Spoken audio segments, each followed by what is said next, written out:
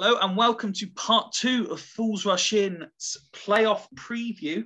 As you can see, it's just Ben and myself for now, but we are hoping to be joined by one or two others throughout the course of this episode. But Ben, how are you? It's been a week more or less since we spoke post Warsaw, and here we are again on the pretty much just over 24 hours away from kickoff. Yeah, I'm good, Steve. Thanks. I'm just good. It's been a good week. It's been a slow week, and waiting for the big one on Sunday. And obviously, you said your thoughts on the game and that in part 1 of our preview. But as we are a lot closer now, are the nerves setting in for you yet, or are you generally quite a calm person in the build-up to these games? All week, I've been really confident. I've been quite cocksure that we'd do all right, and I've done a few things. That's a dangerous game when you're. Yeah, I've been quite sure until Steve, the kit man, posted the kits for the playoffs, the badges, the game playoff badges. And then you just get that first tingle of nerves going, oh, it's actually happening, isn't it? It's happening. And like, I let myself listen to a little bit of the Port Vale press conference today. And it's like, they sound really up for it. And I was like, oh, actually, they're not going to let us win, are they? Yeah, but they're always going to sound up for it, aren't they? It's not like they're going to let this be a walkover. Oh, they're actually going to try. Yeah, nerves are tingling now. It's just starting setting. You wait till Sunday, it's a nightmare. Great news is, as far as I'm aware, as you know, I've been away all week, but it looks like we've completely sold out. So it's going to be one hell of an atmosphere again. Unbelievably quick. I know it's been quite contentious, the whole ticket sales thing with it only going to season ticket holders and then open sales. But credit to the Swindon fans. I think they went on sale about 10:30 and at 10 o'clock. By 10:30, they're gone. That tells me if the current ground was 25,000, we'll probably still sell it, which is great news for the owners as well. But when we do expand the ground, we're going to fill it if we need to, and it's kudos. And 3,000 tickets sold already, season tickets sold. Yeah, which I read, which is when we talked about 4,500 last season, and this season isn't over yet. So that's another big step, really, to a decent budget next season. So, yeah, Swindon fans are up for it. I can guarantee you it will be rocking on Sunday. And what have you made of the situation with regards to the away leg and seemingly a really late decision on what our allocation was going to be? Yeah, it's all part of the build-up, isn't it? It's just politics. They want to make fill as many of their fans in the ground as much as they can, and they've got a right to do that, to be fair. Yeah. So they've given themselves one of the big stands, and let's have one of the smaller ones. And that's their right, to be quite honest, if they want to do that. And we've done the same, because we've taken all the Arkles, and they've given us 2,200, and we've got 2,200. So I've got no complaints. I know both of the fans have been having a little bitch at each other, but again, that's all part of the build-up. So, yeah, it's going to be an intense affair, I think. Well, it's fair to say, and you've been a fan a lot longer than I have. It's fair to say that playoffs with Swindon Town are generally a tense affair, as an understatement. I mean, just in my time, that sort of one of my earliest moments as a Swindon fan was the Brighton playoffs, and then I remember watching the second leg on telly after going to the first leg, and then you've got you think about Brentford, you think about Sheffield United, you think about Preston, you think about Millwall. I mean, we don't have, if nothing else, then the neutral on Sky is almost certain to get value for their subscription, aren't they? They're never dull. Swindon games on playoff games are never dull. There's always late drama. I'm not expecting any different for this coming up. I think there's going to be twists and turns. I think there's going to be times where both teams think they've won it and they've not. I think this is potential to be an absolute classic tie. And they have been. This could go to penalties like the Brentford one and like the Brighton one and so many in the past. The Charlton, we didn't even mention Charlton. There was another Charlton, yes, of course. Yeah, there was another humdinger. So it's, we do playoffs really, really well, and we do them a lot. Well, but there's only the one game. We do playoff semi-finals relatively. We do semi-finals really well. We do finals terribly. Well, as I say, the only time that we've actually been tanked or totally outplayed was 2015 final, where that was a kind of a Preston playoff, a Preston promotion exhibition match, which we just also ran in, because that's what the game felt like a little bit, just watching their promotion party. Of course. Yeah, but that was that, and that's 7 years ago now. So it's the scars of mostly healed. Mostly healed, yeah. But we've also got good memories, and we've done playoffs a lot more than Port Vale have. They've not featured in the playoff for donkey's years, if ever. Well, so, I believe on saying that, I think we mentioned it on Monday's episode. This is our, I believe, 9th venture into the playoffs. 9th. If I was to ask you, sorry, to if you can, ideally in order, but if it's too difficult, then don't worry about it. Your top 5, or if there's more, top 10 playoff moments in the top previous 10. 8.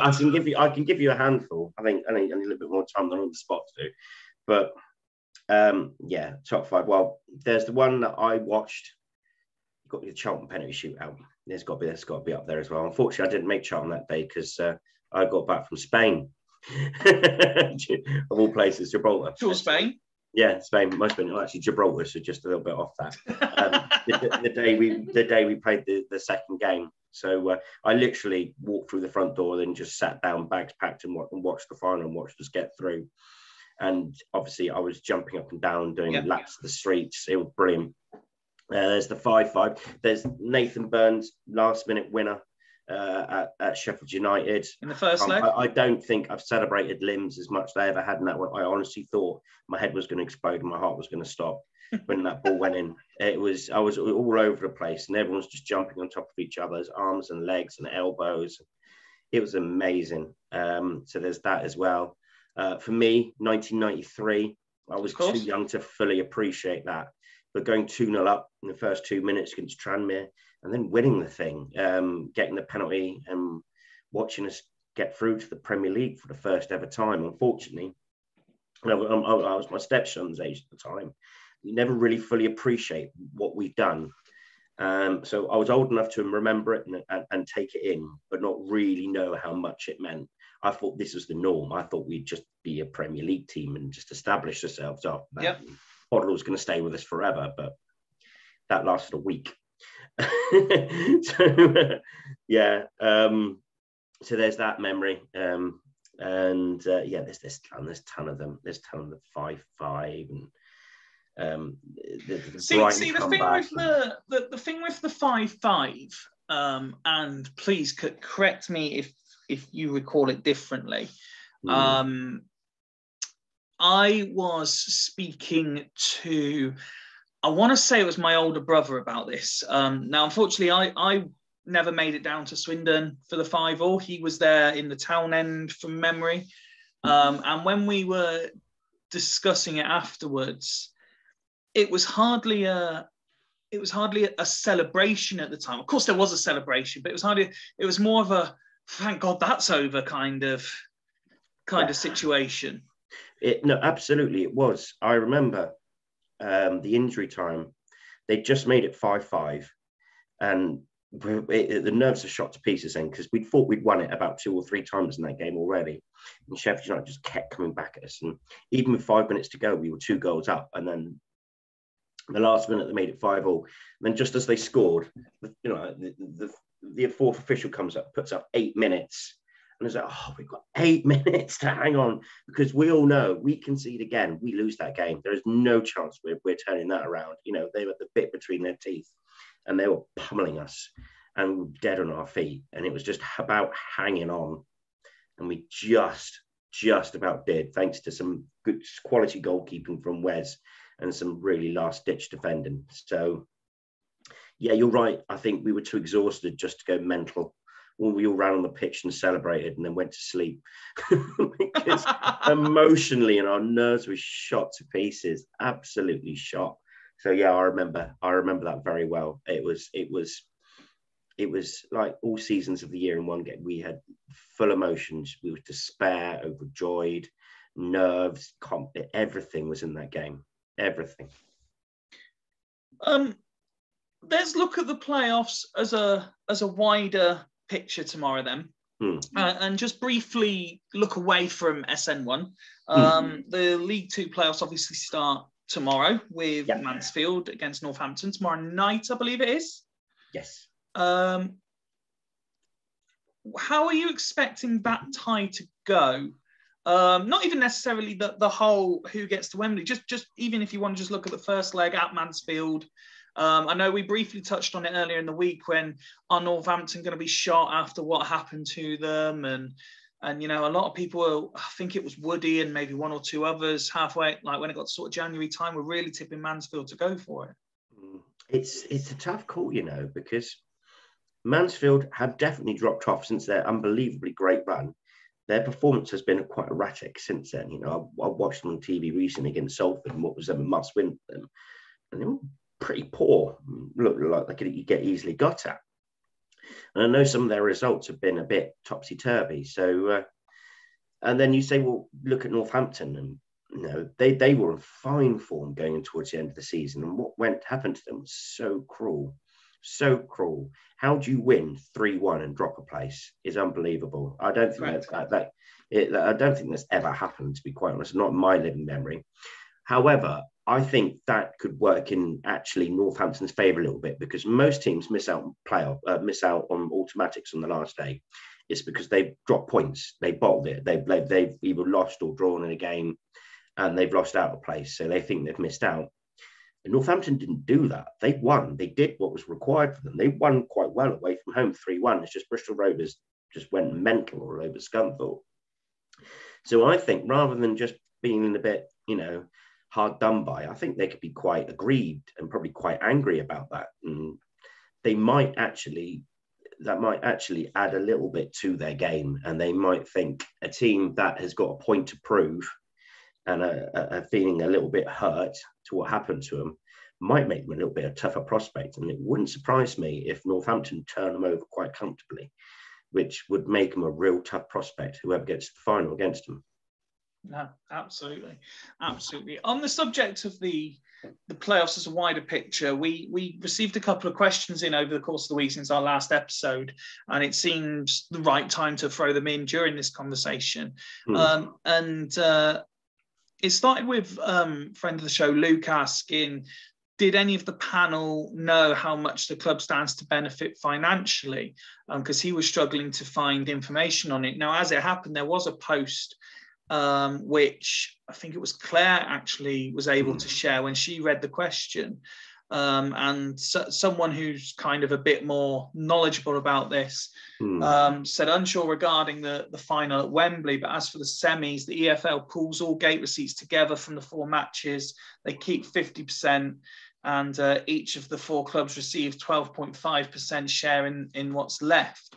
Now, I've got no reason to believe that's not true. So based on that, what do you make of how do you think it's fair that all 4 clubs receive the same, or should it be based on if you're able to sell out your home game? Or no, what do you make of that? I actually was thinking this could be quite a money spinner, because 2 games on TV, you fill out the county ground. That's your ground, as your fans. That's money going into the club, and I think it's because Northampton and all the other 3 don't put nearly as many gates as us. So I think we're losing out a little bit there. So I don't generally think that's fair. But I don't know this for a fact, but then that's just my initial reaction. I understand the Football League taking a little sum, but if it's 50%, I also think that's a bit much in this day and age with football the way it is, and clubs and the way they are, and off the back of COVID and the debt that's going around. I also think it's a little bit mean. Yeah. It's actually the Football League's quite rich. Yeah, but they've got a bit of funding behind them. They've got a bit of money. So do they actually need it? But if it is what it is, you know, my initial thought was we'd be probably making something with the 2 games on TV, and we probably would have to share more of our gate receipts with Port Vale. Be something similar to Man City, where we'd be probably earning sort of like 250 to 300k for the 2 games. Yeah. But if I have no reason to doubt Claire, and if she's right, then it is what it is. At least we make something from it. And I think Wembley's the big money spinner. I have to say, before I bring the next sort of playoff question to your attention, I have to thank the likes of Luke, Claire, Chris, PCM, obviously, who I was inundated with positive comments about after his debut the other day on the panel as well. Likes of these guys who have been very entertaining to read.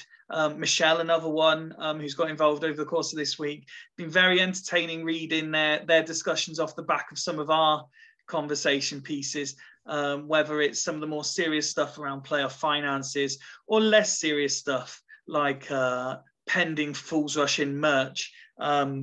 While I've been away on holiday and had time to log in just to see what's going on, it's been very entertaining seeing what everyone's had to say on these particular subjects. We're talking merch here. We know Mrs. Ned can sort out a few T-shirts and get that underway, you see, and the Christmas special, the Christmas shirts, I think they could do quite well, you know. Mrs. Ned. Well, yeah, I think. I mean, first of all, absolutely, Mrs. Ned is a very, very talented lady. And of course, very lucky to be Mrs. Ned because Mr. Ned is a legend. Yes. But it's also worth noting that some of the, there were some suggestions of obvious merch, such as bucket hats with Fools Rushing on them. There was some less... there's some more, or not less. There was some more specialist merch mentioned. The Fools Rushing Mankini was the one that sort of caught my attention. I'm not sure if you want to. Do you want to model that one, Ben? No, we let Rich do that. Yeah, we'll let Rich do it. We'll let Rich crack on with that. He's the only one. He's the only, probably Kieran as well. They're the only two that I can see that could even go close to anything like that. No. No, thank you. It certainly prompted a very entertaining discussion, that's for sure. Particularly where the Fools Rushing branding is going, and then there was mention of a zip as well. I'm not sure where that would go. I'll leave that purely to your imagination. But if anyone out there does have some ideas for some Fools Rushing merch that you'd like us to look into, whether crazy or not, then by all means fire them through. We will certainly look into it because we're the pod of the people, and we try and cater for everybody. On a more serious note, and a question that it did crop up in our WhatsApp chat as well, I believe, but I am very interested in your thoughts on this. Yep. VAR potentially being used in the playoff final. Well, you think it's actually a good idea. I'm just really worried that McCurdy's going to pop up with one. We're going to go mental. We're finally going to get this goal at Wembley. And then we're going to look up, we're going to see VAR check.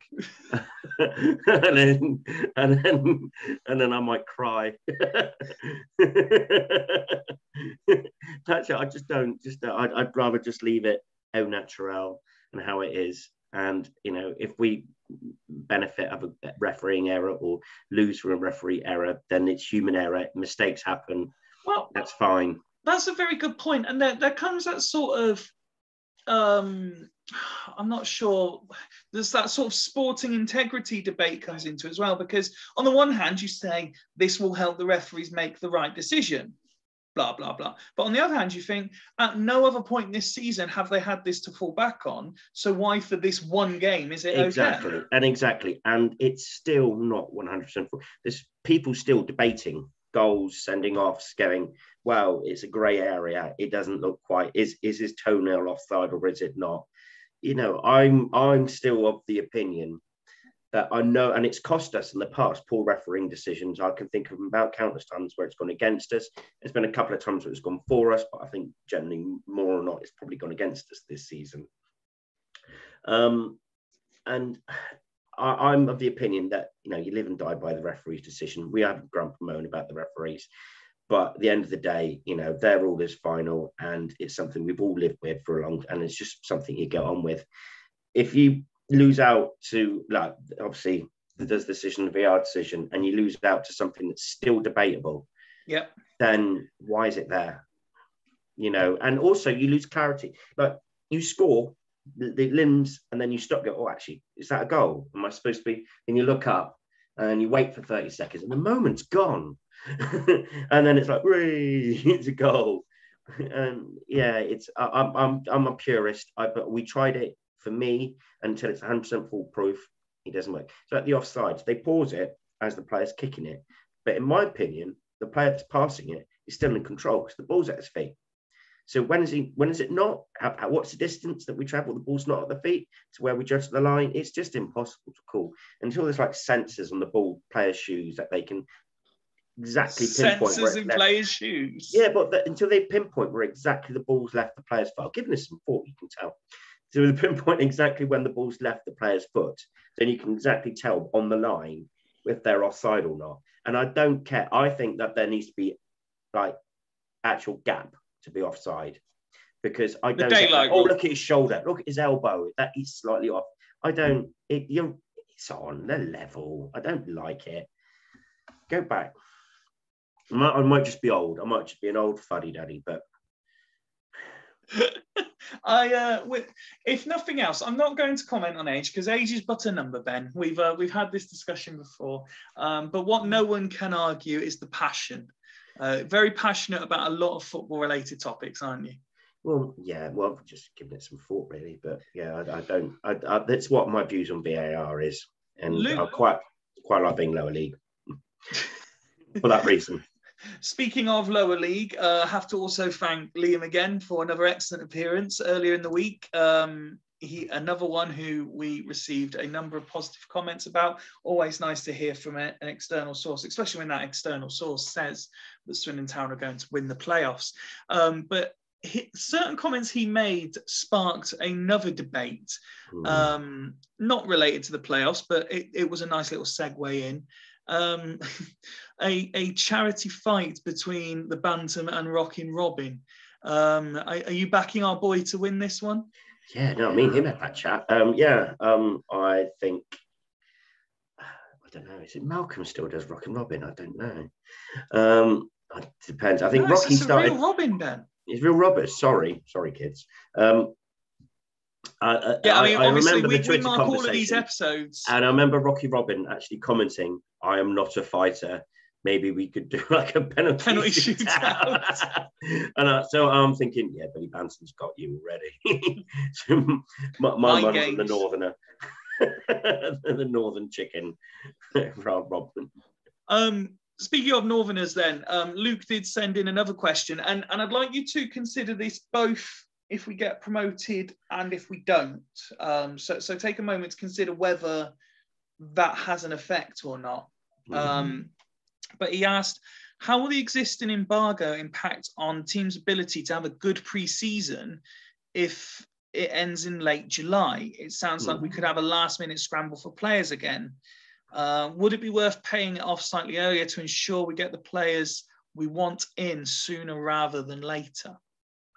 The embargo ends on the 1st of July. So that gives us a little more leeway. It's not like the start of next season when we have to.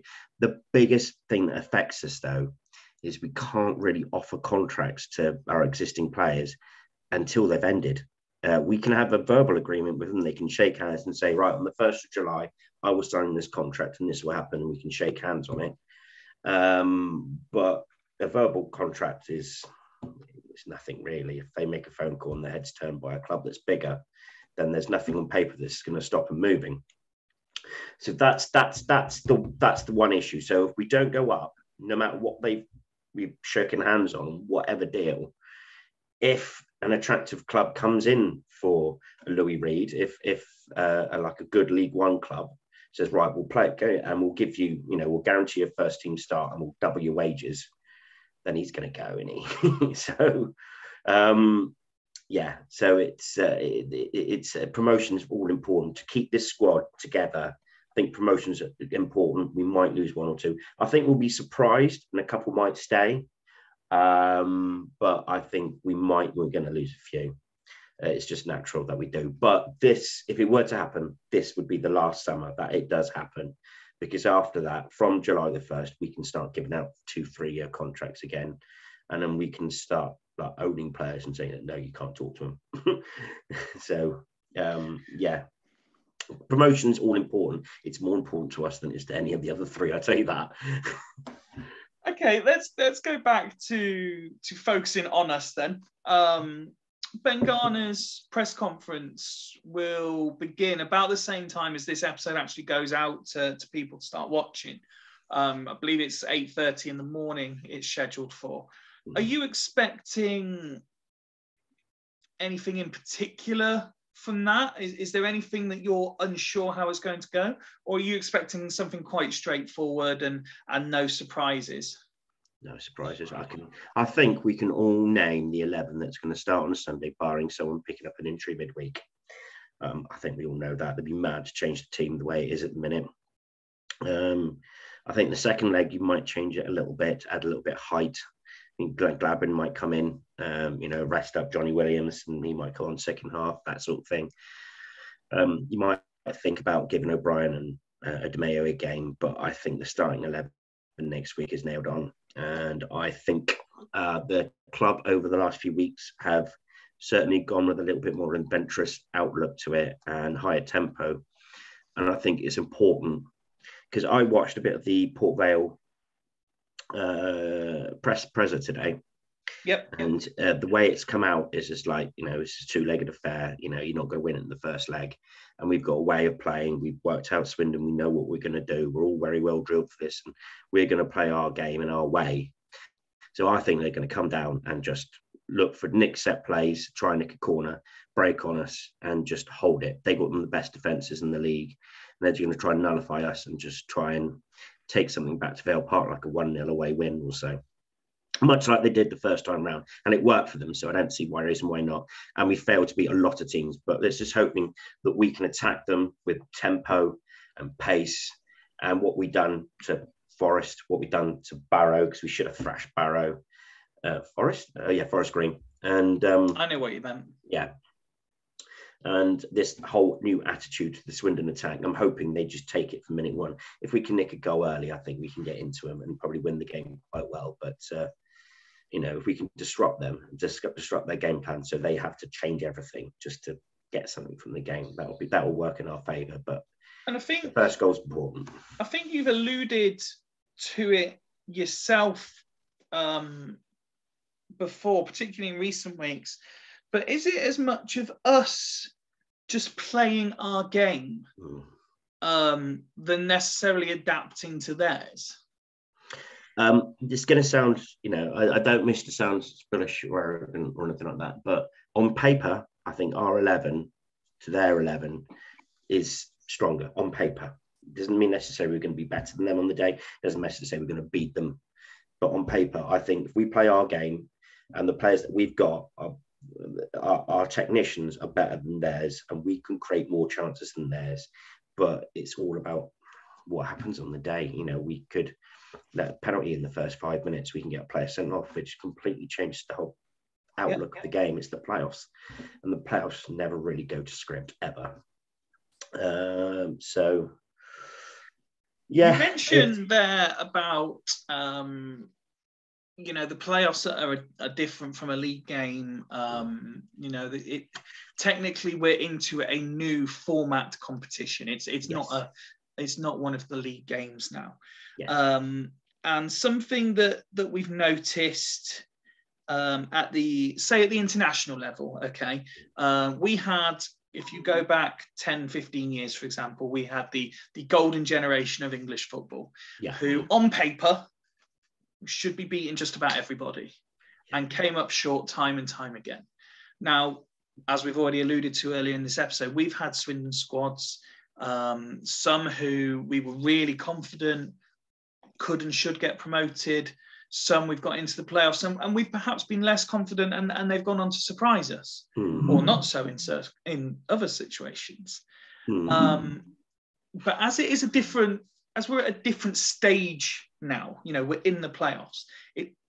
Do you feel it takes a different type of mentality than a league game? And if so, do you think this squad has that level where they can switch the mindset from, okay, we needed to win probably the last 4 games to get there, and we did. Now we don't need to do that anymore. We need to do this over 180 plus minutes. It's a 2-leg cup tie. It's a 2-legged cup tie. So we can't, there's a saying, you never win a cup tie in the first leg, but you can lose it. And I think there's going to be less. Then there's going to be a little bit more patience if things aren't going quite so well.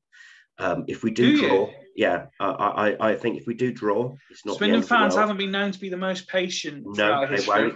They won't. And it'll be quite tense. The longer the game's 0-0, it will just get tenser and tenser. But I think the squad need to be patient in a way, because the chances will come. The way we play, the possession football, we're playing another League Two side. So eventually they're going to give opportunities to us. So we just need to know that and not try and force the issue sometimes. Play with tempo, play with pace, but don't panic.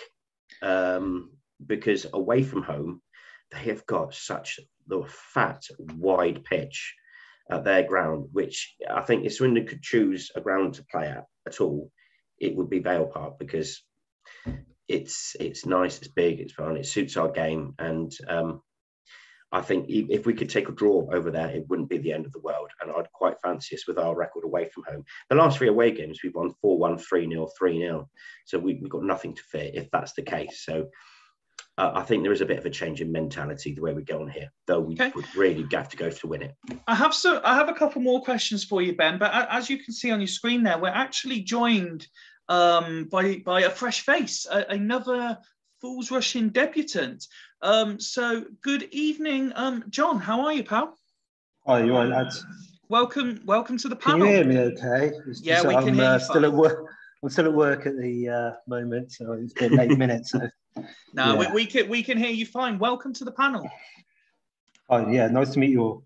Yeah, good to see you. Good to see you, mate. Yeah, cheers, lads. John, obviously we've been discussing the Port Vale game coming up, particularly obviously the first leg as we're recording on Friday night. What's your thoughts this close to kickoff? Are you starting to feel the nerves? Are you feeling confident? Yeah, there's been a build-up of nerves the last few days, but I really don't think we got too much to worry about personally. Or maybe it's all in my mind.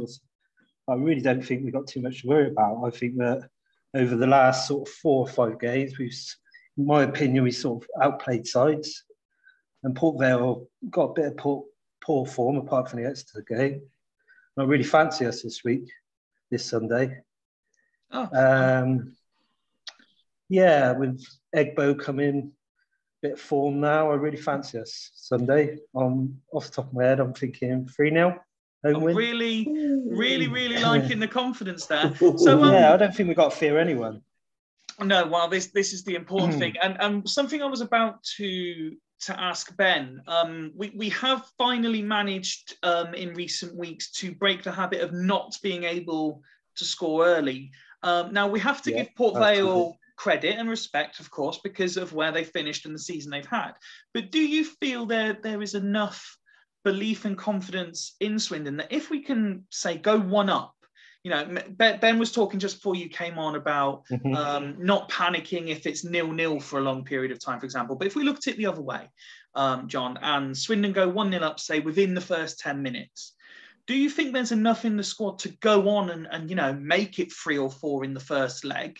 But equally, then Ghana has to do that fine margin between committing while we're confident, but not over-committing that we then cost ourselves. Yeah, it's always a strange one to playoffs. Obviously, being over 2 legs, you know, obviously managers know more about it than me, but how to attack the game. But I think maybe an early goal, we can kick on. We can kick on from that. Obviously, in the past sort of 10, 15 games, apart from the last couple, we haven't scored early enough. So maybe that early goal, it allows us to kick on. I'm not sure. I can't ever see us going more defensive in the first half if we go 1-0 up. Okay, well, let's divert a little bit and just do a bit more of an introduction to you, if we can. Tell us a bit about, you know, how you viewed this season, players that have impressed you, you know, performances that have impressed you, and what you've been thinking these last few games leading into qualifying for the playoffs. Obviously, we struggled at home, and I haven't really seen many away games. But I just think the form's picked up so well over the last 4 or 5 games when they realised they need to play, need to open up a bit. I think it helped a lot when we went 3 up front. I know we struggled when McCurdy got injured, but when we went to 3 up front, 3 across the front with Barry's been a massive help. But yeah, I just think the form's picked up so much. And me personally, I think that League Two, I don't think there's any massively standout sides. I just can't see why Swindon can't be that other team that goes up. I must say, I'm very much enjoying the confidence you're coming in with on your first episode. It's certainly making me feel better about Sunday. Something else Ben and I were discussing just prior to you coming on was about the mentality required to, do what they've done the last few games, and now that change it slightly. It's a different mentality required for the playoffs. When you see the players like, just off the top of my head, Reed, Payne, you mentioned Forb, and you look at Baldry, for example. Do you feel we've got the players there with not just the mentality, but the experience to take some of the younger players and say, look, this is slightly different. This is what we need to do? Just a different observation. Do you think Payne's picked up since McCurdy's come back? I think Payne plays a lot better when McCurdy's on the pitch. I think anyone else notice that? They both feed off each other. They definitely do. You can tell they've got chemistry and they're close. I think Payne's performances over the last few weeks have probably been the best that I've seen of him. I'm glad other people see it as well. I think Payne's been massive over these last 3 or 4 games. Obviously with Reed as well. I just can't see. Going forward, I think we've got to be favourites for Sunday. Definitely. Yeah. Okay, and so evidently you're confident going into Sunday. I won't ask you to predict a score as such now, but on the assumption, and we can only assume at this point, say you're correct and we have a win, whether it's 2-0, 3-1, 1-0, whatever. I know we were discussing on Monday when we recorded part 1, and I know Rich has said it before, who's usually on the panel, that Port Vale's pitch should suit us. As away legs go as well, would you be confident we could, as a minimum, get the job done, whether that's we just go and get the draw if we've already won it, or we can just go and get some more and we could potentially win the tie by 4 or 5 over the 2 legs? I think Port Vale away, it's a big game for Barry. I don't think any team at Vale or even at Wembley is going to want Barry running out with the ball on a pitch like that, on a bigger pitch. I think it's massively set up for Barry, that away leg, and also Wembley, where he's going to showcase himself, hopefully. Yeah, I think Barry's a massive player in both of those games. So from just my feeling, anyway. Barry certainly one to watch. And Ben, when John came on, he mentioned Egbo, a player that I've said I'm in danger of falling in love with very, very quickly, just from what I've seen of him. How impressed have you been in him since he got into the team? He's got better and better, hasn't he? He started on, I think he came on against Oldham, and straight away he put on quite a decent cross, and then everyone sort of went, oh, he's a player, isn't he? And he's just got better, and now he's fit and he's match fit. He's as good as anything we've seen. I think he's almost up there, but probably a little bit more experienced, not as much flair as Kesler Hayden, but he's got quality. He's got enough to change a game if he wants to. And interestingly, as I said, I watched the presser. They kept talking about Williams and McCurdy, and I was thinking, you haven't brought up Barry once. You've not brought up Egbo once. You've not brought up, they were trying to talk about these. They've got Johnny Williams, who's Wales international, and we all know about McCurdy, and they talk about them being the danger man. And I was thinking, well, Jack Payne, and there's Louis Reed, and then we've got goals in us. We have got goals in us, so they've got to be on it. If they beat us, it'll be probably their 2 best games this season. But we've still got to be wary. Oh, of course, but that's an important factor, isn't it, John? That we have so many strings to our bow, as they say. It's not like we're relying on one person. Yes, of course, a lot of people will focus on the goal, not just the goals, but the goal contributions of McCurdy. But as Ben says, there are so many quality players there that there are options of danger men. If they're thinking we'll stick 2 men on McCurdy to stop him, it's not like Davison doesn't know how to score. It's not like Barry doesn't know how to score. It's not like Payne doesn't know how to score. Yeah, exactly. Well, yeah, especially when they double up on Barry, and then there's obviously people free, and you leave Johnny Williams free then, who proved in the Man City game he can still slot a decent ball, and Reedy across the middle, obviously picking a ball and spraying balls out left and right. I just think we've gone into the stage where we've got a fit squad, the fit main 11, and we just come right at the right time. I thought we might struggle when Simpson went back, but Josh has come in and done a job. Yeah. He's sort of blowed a bit hot and cold, but he's always been a 6, 7 out of 10 every week. It's a hard job sometimes for him at top on his own when Harry was injured. I think there's also looks like there's goals across the pitch now. Well, if I can, I want to take you to the other end of the pitch just briefly, because the regular panelists, if you will, we've said over the last couple of episodes that we look to have something seems to have clicked now. Baudry's form's improved, Conroy's form's improved. We're not having this debate over which keeper should play anymore. It's very obvious, and if you'd asked 6-8 weeks ago, everyone would have said it's obviously Woolacott, but that doesn't seem to be the case anymore.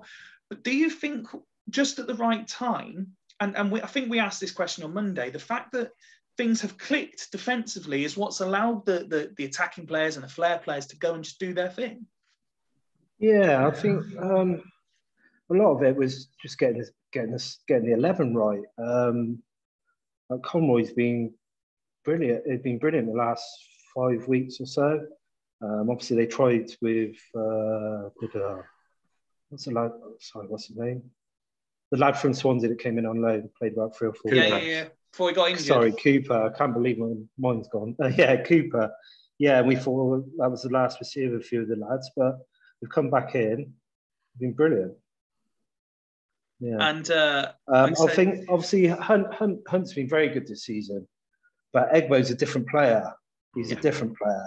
Yeah. So, and I think like with Egbo, he can get to the byline. He whips that ball in, and Barry round the back, like McCurdy on the edge on Saturday. It's just a different option we've got. Well, actually, that's a good point, Ben. Let's talk about the fullbacks briefly, because I think John makes a good point. Hunt, as we've said all season, Mr. Reliable, Mr. Consistent. Another, I think John sort of referenced earlier with Davison, a solid 7 out of 10 player. He goes and gets injured. Now Egbo's in there, and he's exciting people because he's a different style of player. Let's also look on the left. Obviously, we had Tomlinson, thank you. Tomlinson on loan, and the fans took to him so quickly, and his performances warranted the praise. Now, injury, etc., he's gone. He's not available. And there were particularly Woody, I think it is, has had concerns when Iandelo's played out there because he's been playing so well in midfield. But even his form now seems to have been picking up, and he's playing really well out there. Yeah, well, again, Ian Andelo he's one of the best players. He deserves to mention in Player of the Season, the way performances he's put around and his versatility, and how he's come on from just a out-of-reach squad player who plays if there's no one else to fill a position, to one of the first names you put on the team sheet, whether it's midfield or whether it's left back. He's played central defensive midfield, or he could play attacking midfield. He's got so many strings to his bow. He's solid. He's all right in the air. He's solid at the back. He can ping a pass as well. We forget that first goal against Walsall. Absolutely pinged a crossfield ball, perfect for Egbo to run on when he beat his man.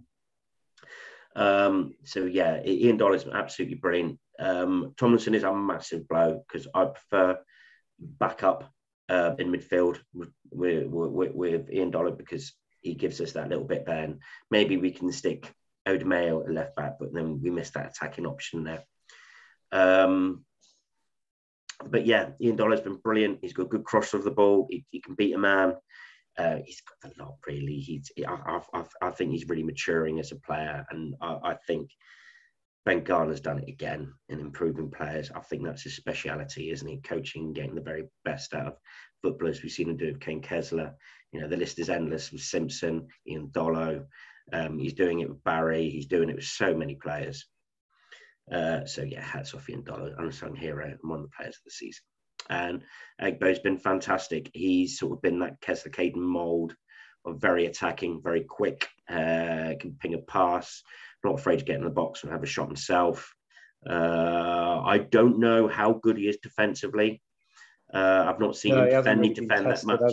No, he's not really been tested. He's very much an attacking fullback, so he may be found wanting a little bit there. I don't know whether Hunt's probably got that ahead of him, because Hunt's a steady Eddie. So we'll soon see that.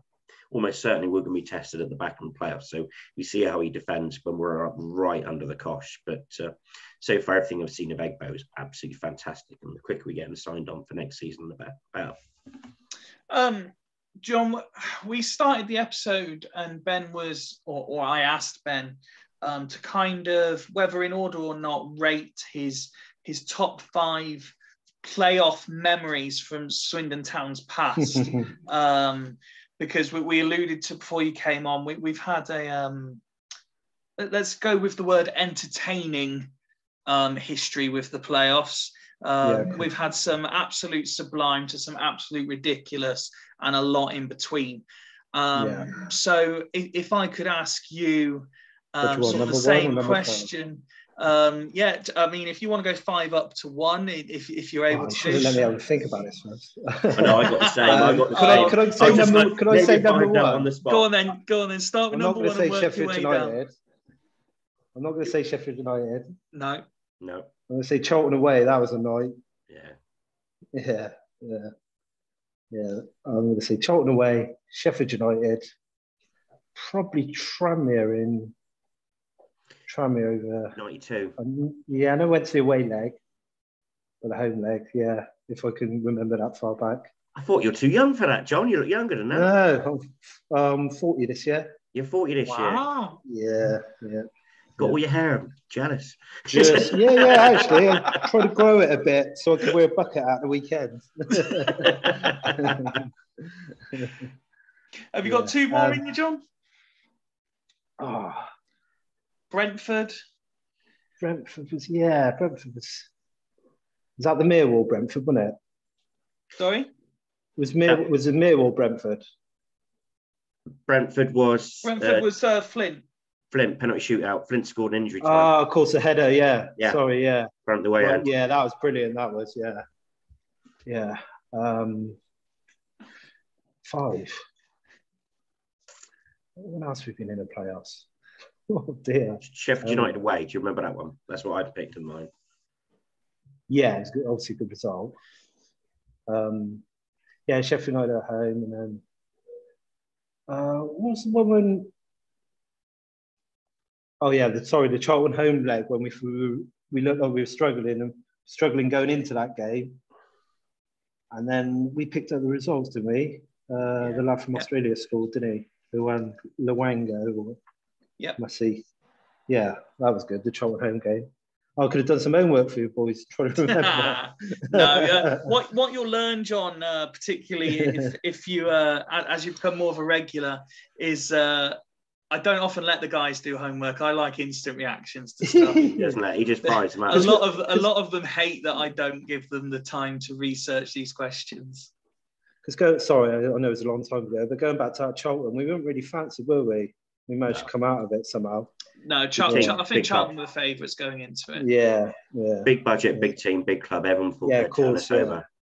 Yeah, and then Smith went in goal for the second game, didn't he? Yeah. Lucas Scott something like that. Yeah. Injured. And Greer got sent off. Lucas got injured and Greer got sent off. Yeah, Greer got sent off. Oh yeah, Greer kicked mate in the chest. I remember that. He was out for the Millwall game. And then it looked like. Oh, of course he was. And then didn't he drop Derby for the final? Yeah, he did, didn't he? He dropped Derby for the final. Yeah, I never understood that to today. Yeah, and he scored an own goal, which was ruled out. Yeah, that was and obviously in that same game, Phil Smith then doing a save looked like he'd injured himself partially as well. I know he liked a dramatic save, old Phil. He was decent backup though, Phil. He was. He was just good. Struggled with kicking a bit. Do you know what? Phil Smith was probably one of the best number 2 goalkeepers. Yeah, lovely bloke as well. Yeah, to look at him, you wouldn't think that he was like a big imposing goalkeeper, but he was all right. No, he was good. No, he did well in that Charlton away leg. I remember that. Yeah. Listen, gents, it's been an absolute pleasure. Thank you very much. John, thank you very much for popping on. Worries, again, mate. I appreciate you're at work and you've taken your break to come on and just sort of give your opinions for a fleeting debut. I hope we haven't scared you off and you'd like to come on again sometime. No problem. Yeah. Ben, as always, thank you for your unrivaled passion and interesting responses to a number of questions that you've had no preparation time for. I very much appreciate it. One final word from you both as we sit here now. Give me a percentage, how confident you are just for Sunday's game, that whether you want to base it on we'll win or we won't lose. Ben, as the experienced veteran on the panel, one of the founding members, as I've been reconfirmed recently, how confident are you as a percentage for Sunday? Not losing, 75%. Winning, 60%. Oh, okay. And John, you're going to go big to get the fans on side in your debut performance? Yeah, because I really do think we're going to turn them over. So I'm going to go 90% and 10% loss. Oh, okay. Like it. Well, again, I don't think we're going to see a draw. Okay. As well. I don't think we'll see a draw at home.